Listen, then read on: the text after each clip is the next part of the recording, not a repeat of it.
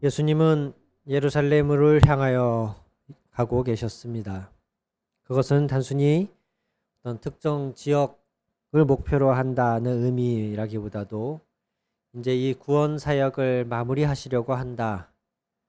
예수님은 어디에서 어떤 일을 하시건 당신께서 하셔야 할 일, 당신께서 지셔야 할 십자가를 잊지 않고 계셨고, 항상 그 큰 그림은 그 우리를 위한 구속 사역을 향하여 가고 계셨다라고 누가복음은 말하고 있습니다. 이렇게 우리를 구원하여 가시려는 그 여정 중에 예수님은 많은 기적도 행하시고 많은 말씀도 가르치셨는데, 오늘은 어떤 사람의 질문에 대하여 대답하는 구절이 적혀 있습니다. 그 질문은 이런 것이었습니다. 주님, 구원받을 사람이 적습니까? 물은 의도가 무엇일까요? 단순히 이 사람은 어떤 영적인 호기심이 많은 사람이었어서 어떤 진리의 구체적인 내용이 궁금해서 물었을까요? 아니면 그 구원받은 사람이 많은지 적은지 그걸 알아야 나도 구원받을 수 있을지 없을지 알 수 있지 않을까? 뭐 이런 생각을 하는 사람이었을까요? 정확한 그의 의도는 알 수 없었지만 어쨌든 그 사람의 관심은 과연 구원받는 사람들이 얼마나 될까? 여기에 있었습니다. 그 수의 많고 적음이 그의 관심사였고 질문의 내용이었습니다. 그런데 예수님은 이 질문에 조금 다르게 대답하십니다. 너희는 좁은 문으로 들어가기를 힘써라.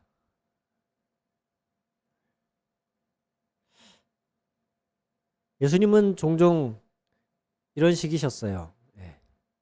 사람들의 질문에 정확하게 그들의 질문에 해당하는 답을 주기보다는 당신께서 하고 싶은 말씀을 그 질문을 통하여 하시는 경우가 많았습니다.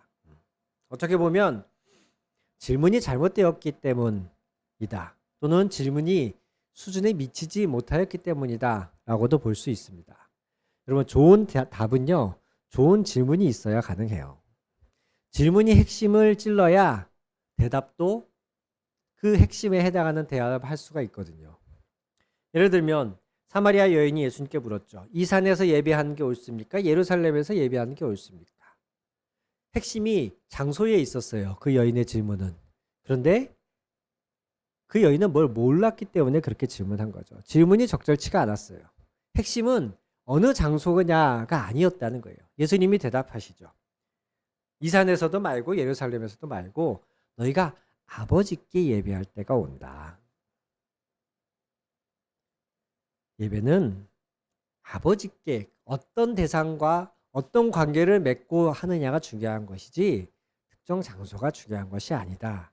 핵심은 거기에 있었던 거죠. 그러니까 이 여인의 질문 자체가 핵심이 아니다 보니까 예수님의 오히려 핵심을 찌르는 대답이 오히려 동문서답 같이 느껴지는 겁니다. 오늘 본문도 그렇습니다. 예수님은 구원받는 사람이 많으냐 적으냐라는 이 대답이 이 질문이 핵심이 아니었기 때문에 이 질문을 통하여 정말 중요한 말씀을 하시는 거예요. 너희는 좁은 문으로 들어가기를 힘써라.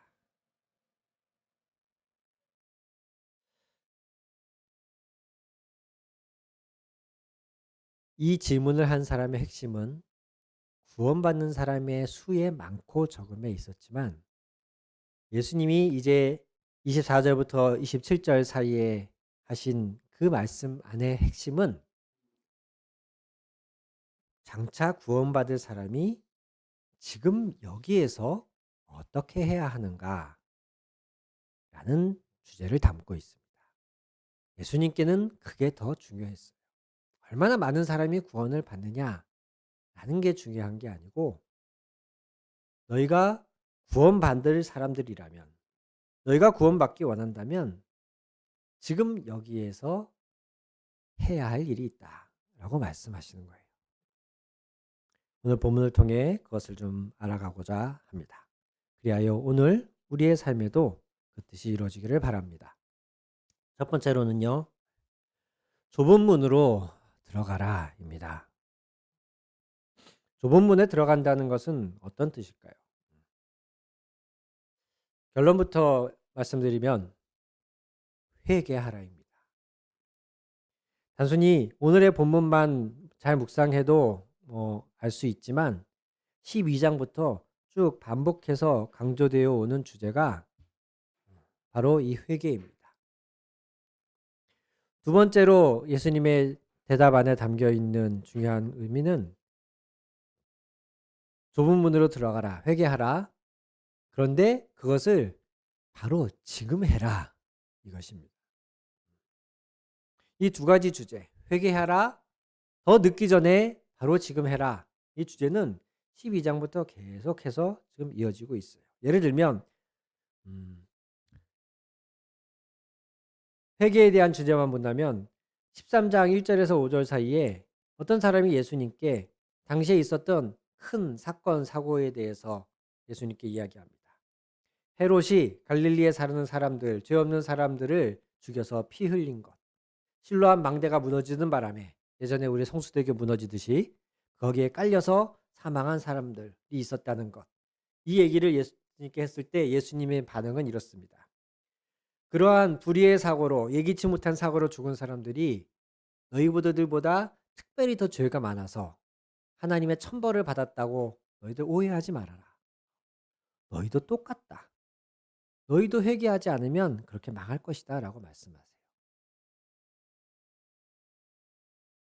바로 지금 여기에서 회개해야 한다라고 하는 때의 긴박함에 대한 주제도 12장에 이런 너희가 계절이 바뀌는 것도 알고 시기에 이런 때는 잘 분간하면서 어찌하여 지금 이 회개할 때인 것은 모르느냐. 이런 말씀을 12장 54절과 56절 사이에서 하십니다. 또 12장 57절과 59절 사이에서는 너희가 너희를 고소하려는 자와 함께 갈 때에 기회 있을 때에 얼른 가서 그 사람과 화해해라. 너희가 고소당해서 재판받아서 거기에 마땅한 대가를 치르기 전에 너희를 고소하려는 그 사람에게 찾아가서 얼른 화해해라. 즉 그 말은 지금 너희가 회개해야 된다. 예수님이 오신 것이 곧 너희에게 임한 하나님의 심판의 때가 다가왔다는 의미이다. 그러니 이 시기를 놓치지 말고 내가 왔을 때 내가 선포하는 말을 들었을 때 너희가 지금 뉘우치고 돌이켜라 라고 말씀하세요. 누가복음 13장 6절에서 9절 사이에는 3년 동안 잘 돌봤는데도 열매 맺지 않은 한 무화과 나무를 주인이 찍어버려라 라고 말할 때에 그 종이 말하기를 1년만 더 시간을 주십시오. 1년 동안 제가 다시 한번 잘 돌봐보겠습니다. 그래도 열매가 없으면 그때 찍어버리십시오. 라는 비유를 통해서 예수님이 말씀은 하십니다. 지금 너희가 바로 1년 유예 기간을 받은 이 무화과와 같다는 거예요. 너희에게 도끼가 나무 아래 놓인 것처럼 심판할 때가 다가왔는데 하나님의 인자로 자비로 너희에게 조금 유예 기간이 주어졌다. 지금이 그때다. 더 늦기 전에 돌이켜라. 회개해라. 이 말씀을 하고 계세요. 쭉 이런 주제가 이어지는 가운데에 오늘 이 말씀도 같은 맥락인 겁니다. 좁은 문으로 들어가기를 힘써라. 이 좁은 문으로 들어간다는 것은 회개하라는 의미예요. 어떻게 알 수 있냐면 조금 뒤로 가서 27절에 이 문에 들어오지 못한 사람들을 향하여 그 주인이 하는 말을 통해 알 수 있습니다. 우리 27절만 다시 한번 읽어보면요. 주인이 너희에게 말하기를 나는 너희가 어디에서 왔는지 모른다. 불의를 일삼는 자들아 모두 내게서 물러가거라 라고 말한다는 거예요. 그 문에 들어오지 않은 사람들을 향해서 아는 사람들의 특정 짓는 한 단어가 불의한 자들이라는 겁니다. 그 문에 들어오지 못하는 것이 너희가 늦어서 못 들어왔다. 내가 1시까지 오라고 그랬는데 예배가 11시라 그랬는데 너희가 시간 맞춰 오지 않았기 때문에 못 들어왔다. 이 얘기가 아니에요. 사는 곳이 멀어서 헐레벌떡 뛰어왔음에도 불구하고 늦었구나. 안타깝지만 못 들어왔다. 이런 의미가 아니라 그들이 불의해서 못 들어왔다.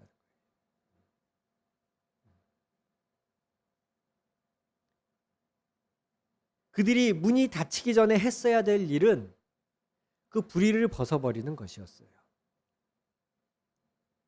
그 부리를 벗어버릴 기회가 영영 있는 것이 아니고, 즉 회개의 기회가 무한정 주어져서 내가 하고 싶은 일 다 하고 누리고 싶은 거 다 누리고 이 세상에서 볼 거 못 볼 거 다 보고 그러고 나서 이렇게 살아보니 헛되고 헛되구나. 아유, 회개하고 주님께 가야 돌아가야겠다. 이렇게 할 수 있는 게 회개가 아니라는 거예요. 그 문은 언젠가 닫히는데 그게 언제 닫힐지 몰라요. 그 문이 닫히는 때가 있는데 그 때가 이르기 전에 우리는 뭘 해야 되느냐? 회개해야 되는 거예요. 돌이켜야 되는 거예요. 불의를 벗어버려야 되는 거예요. 이게 오늘 본문에서 예수님이 하고자 하는 말씀입니다. 질문은 구원받는 사람이 많은 겁니까? 적은 겁니까? 도대체 이 세상 인구 중에 얼마나 많은 사람들이 구원을 받겠습니까? 라는 질문이었지만 예수님의 대답은 그게 중요한 게 아니다. 중요한 것은 바로 지금 너희가 기회를 잃기 전에 회개하고 돌이켜야 한다는 것이다. 그래야 너희가 구원받을 수 있다. 라고 예수님 말씀하시는 것이에요. 너희가 구원받기 원한다면 바로 지금 회개해라. 라고 말씀하시는 것이죠. 그런데 불의한 자들이라고 책망받았던 이 사람들이 이 주인에게 항변하는 구절이 어디죠? 26절, 26절 맞네요. 예, 26절에 나오죠.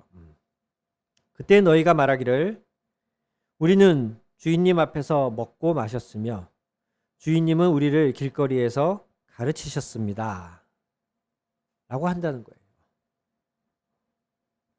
심지어 마태복음에서는 오늘 본문의 병행 구절인 마태복음 7장 22절에서는 이들에 대하여 묘사하기를 주의 이름으로 선지자 노릇하고 예언하고 귀신을 쫓아내고 많은 기적을 행했던 사람이라고까지 묘사하고 있습니다.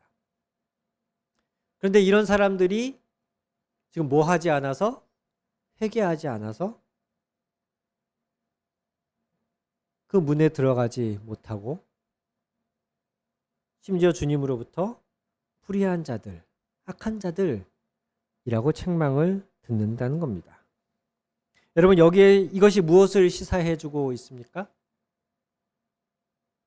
예수님의 가르침을 받는 자리에 함께 앉아 있는 사람 중에도, 심지어 예수님의 이름으로 사역을 하고 기적을 행하는 자들 중에도 불의한 사람이 있을 수 있다는 겁니다. 그들 스스로는 나는 하나님의 자녀가 되었고 나는 의롭다라고 생각하고 있지만 하나님은 자신의 종교 생활이라고 하는 테두리 안에 가둬둔 채 삶에서는 여전히 불의한 자들이 있을 수 있다는 거예요. 이미 살아계신 하나님이신 예수님을 앞에 두고도 그런 자들이 있었다는 거예요. 당시의 유대인들, 종교 지도자들, 바리새인, 율법학자, 제사장들 이런 사람들이 그랬다는 거예요. 그래서 예수님은 목청껏 가시는 곳마다 선포하고 외치신 겁니다. 너희가 이스라엘 즉 택함 받은 민족이라는 그 자부심이 다 소용없다. 할례 받고 율법을 지킨다고 하는 너희들의 그 자긍심이 너희를 지켜주지 못한다. 너희가 말로는 그렇게 하고 있지만 실제 너희의 삶에서는 전혀 하나님의 뜻대로 살고 있지 않다.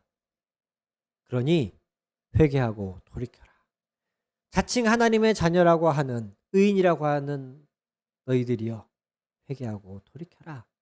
이게 유대인들을 향한 예수님이 공생의 3년 동안 선포하신 메시지였던 거예요. 이 불의한 자들이 영적으로 죄짓는 자 이렇게 우리가 제한해서는 안 됩니다.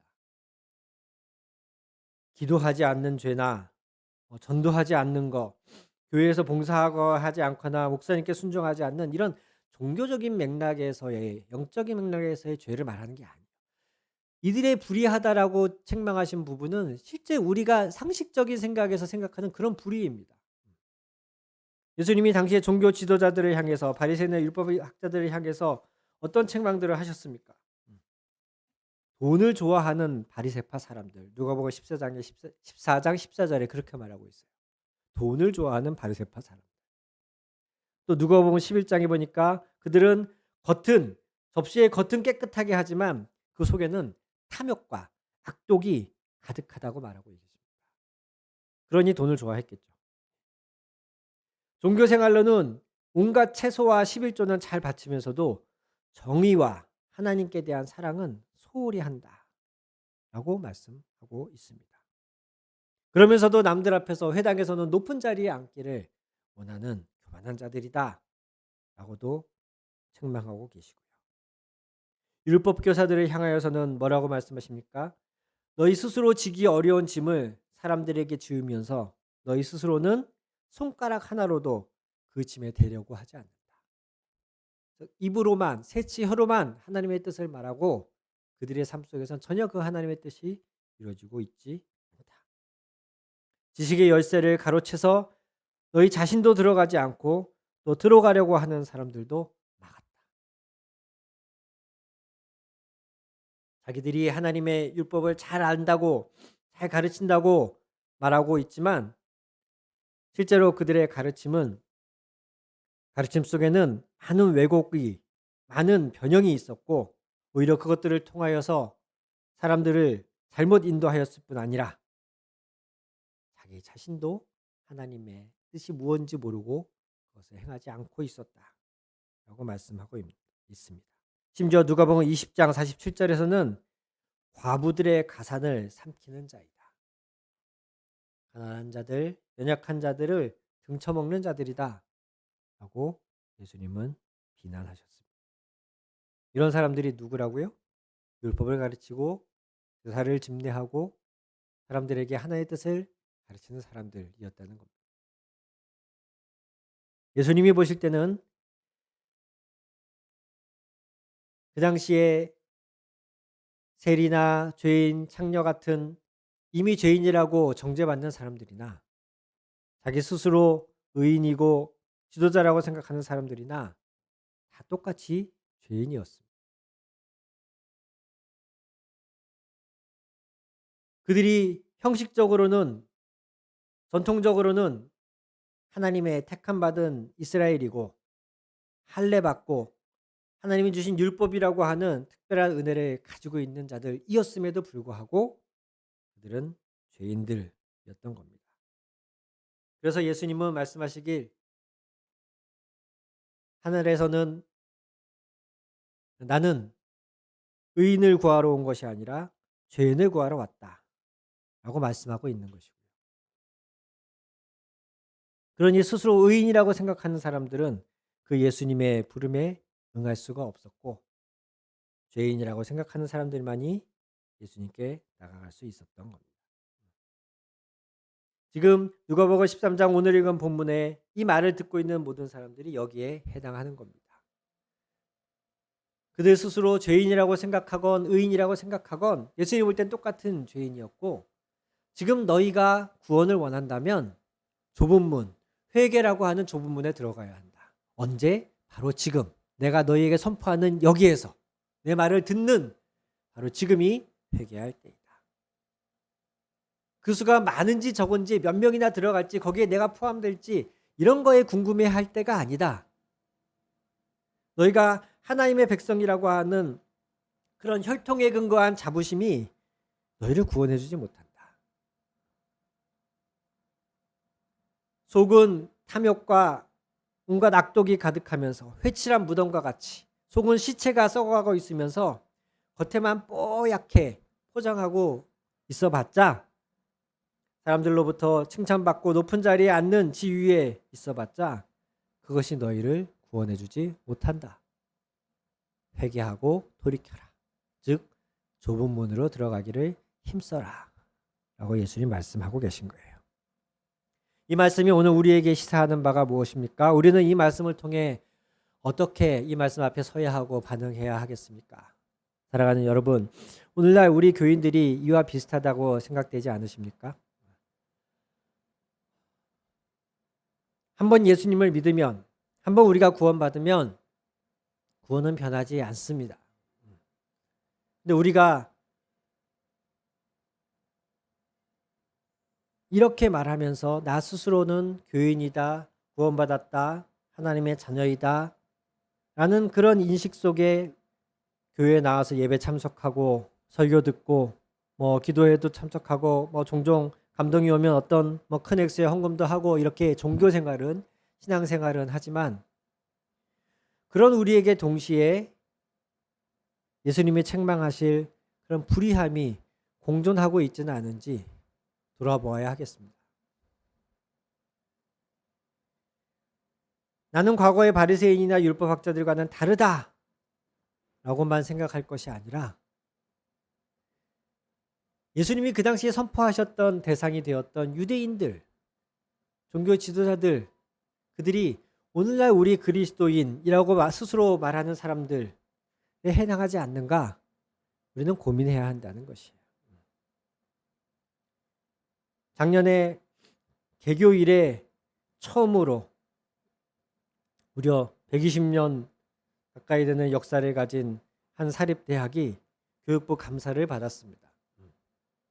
우리나라 사립대학이 130여 개인가 150여 개가 된다고 하는데 그 교육부가 한 해에 감사를 해낼 수 있는 역량이 한 10여 개 대학 정도 역량이래요. 1년에 한 10개 대학 정도를 감사할 수 있는 역량이라는 거예요. 그러면 그러다 보니까 1년에 10개씩, 10개씩, 10개씩 하다 보니까 몇몇 대학들은 정말 수십 년 동안 단 한 번도 외부 감사를 받아본 적이 없는 대학들이, 사립대학들이 특히 많은 거죠. 그중에 소위 우리 명문이라고 하는 스카이라고 하는 그 새 학교에 들어가는 두 사립대학이 작년에 처음으로 교육부의 감사를 받았고, 아니나 다를까 수십 건의 비리가 발견이 되어서 징계나 시정 또는 고소에 들어간 사건들이 있었습니다. 그 중에 한 대학은 여러분도 잘 아시겠지만 기독교 대학입니다. 선교사들이 세운 대학입니다. 심지어 그 대학의 교훈이 모토가 진리가 너희를 자유케 하리라 라고 하는 요한복음 8장 22절의 하나님 말씀입니다. 그 학교에는 교목 제도가 공식적으로 운영이 되고 있고 전 학교 학생들에게 체프를 교양 필수 과목으로 듣게 하는 그런 학교입니다. 그런데 그런 학교에서도 무려 80여 건이 넘는 크고 작은 지적 사항들이 나왔고 그중에는 업무상 배임 같은 혐의들, 경찰의 업무 방해 이런 것들, 그리고 부총장까지 관여한 대학원 입시 부정 특혜 등에 대한 지적 사항들이 발견되었다는 거예요.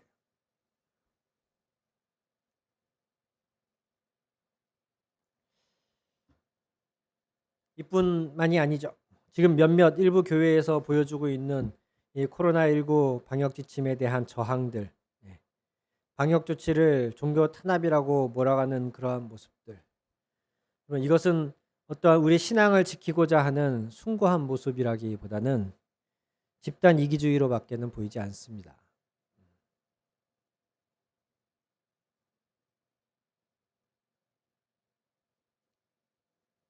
다시 한번 이야기하기조차 안타까운 최근에 사망한 한 어린아이 16개월 된 여자아이의 양 부모도 거듭 말씀드리지만 크리스찬들이었고 심지어 목사님의 아들, 딸들이었고 기독교 대학에서 공부했던 사람들입니다.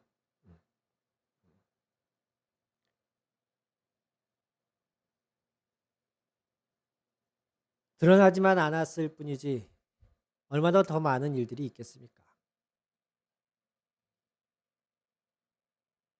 좁은 문으로 들어가기를 힘써라. 즉 너희는 회개해야 된다. 그것도 지금 바로 여기서 해야 된다.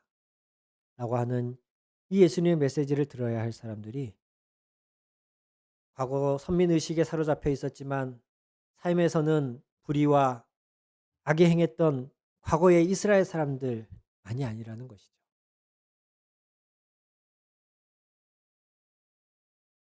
오늘날 우리 그리스도인들 역시 이 말씀 앞에서 자유로울 수 없습니다. 본문에서 보셨듯이 교회당에 앉아 있다고 해서 예수님이 식사하시는 자리에서 같이 밥 먹었다고 해서 심지어 예수님의 이름으로 사역하고 특별한 능력을 행했다고 해서 구원의 문에 들어갈 수 있는 게 아닙니다. 오직 그분은 악에서 돌이키고 회개하는 자들에게 주어진 분입니다. 이 악은 무슨 영적인 파고들어야 될 심오한 의미에서의 악이 아니고 우리 일상의 흔한 그 악들입니다. 사람을 판단하고 시기하고 정죄하고 업신여기고 교만하고 자기 이익 탐욕에 사로잡혀 있고 거짓말하고 이런 악은 여전히 행하면서도 교회 와서 한번 눈물 찔끔하고 회개했대 그래서 감정적으로 한번 카타르시스를 느꼈다 그래서 구원받는 것이 아니라는 것입니다. 물론 우리의 힘과 우리의 의지만으로 그것을 다 벗어버릴 수 없기에 아무리 돌이켜도 우리는 또다시 회개할 수밖에 없는 존재이기에 우리 스스로 때로는 좌절할 때가 있지만 중요한 것은 그렇게 회개해서 우리가 완벽해져야 된다는 게 아니라 우리는 항상 깨어서 수시로 예수님께 우리의 더럽혀진 발을 내미는 이런 겸손한 마음. 오늘도 주여 나는 죄인이로소이다 라고 하면서 우리가 입으로만 복음을 말했지 삶에서 주님의 의와 사랑을 드러내지 못한 것을 회개하는 이런 자세와 태도가 있어야 한다는 것이죠.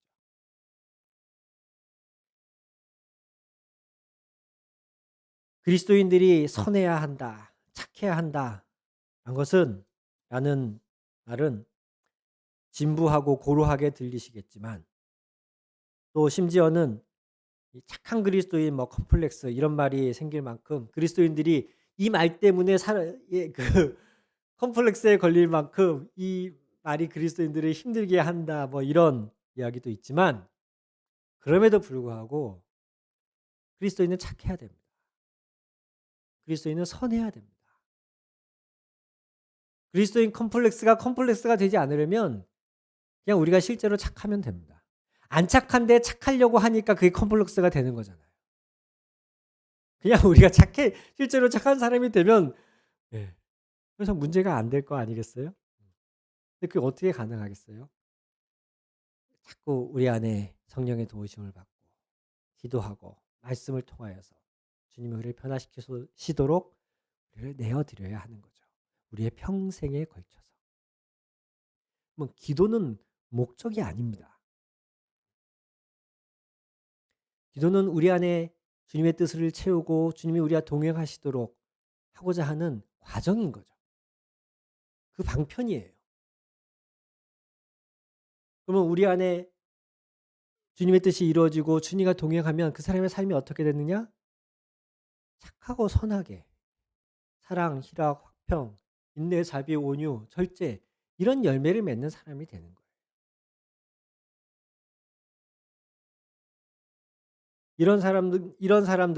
이런 법을 세상이 금할 법이 없다라고 성경은 말하고 있잖아요. 이렇게 사는 사람들을 누가 마다하겠습니까?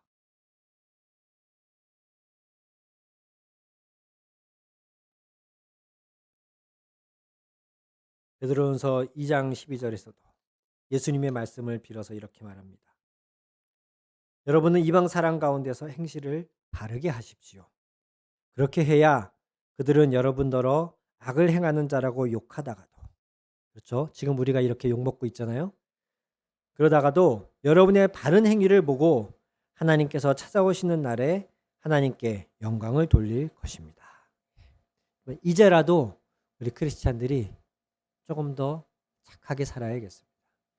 이제라도 우리의 신앙이 교회 안에만 갇혀 있어서는 안 되고 우리의 삶 속에서 우리의 믿음이 우리의 신앙이 삶 속에 있는 불의를 덜어내는 불의를 끊어내는 신앙이 되어야 하겠습니다. 사소한 욕이라도 입에 달고 살지 말아야겠습니다. 가족이나 가까운 사람들에게 수시로 내뱉던 무의식 중에 내뱉던 불평이나 어떤 원망하는 말들도 조금 절제해야 하겠습니다.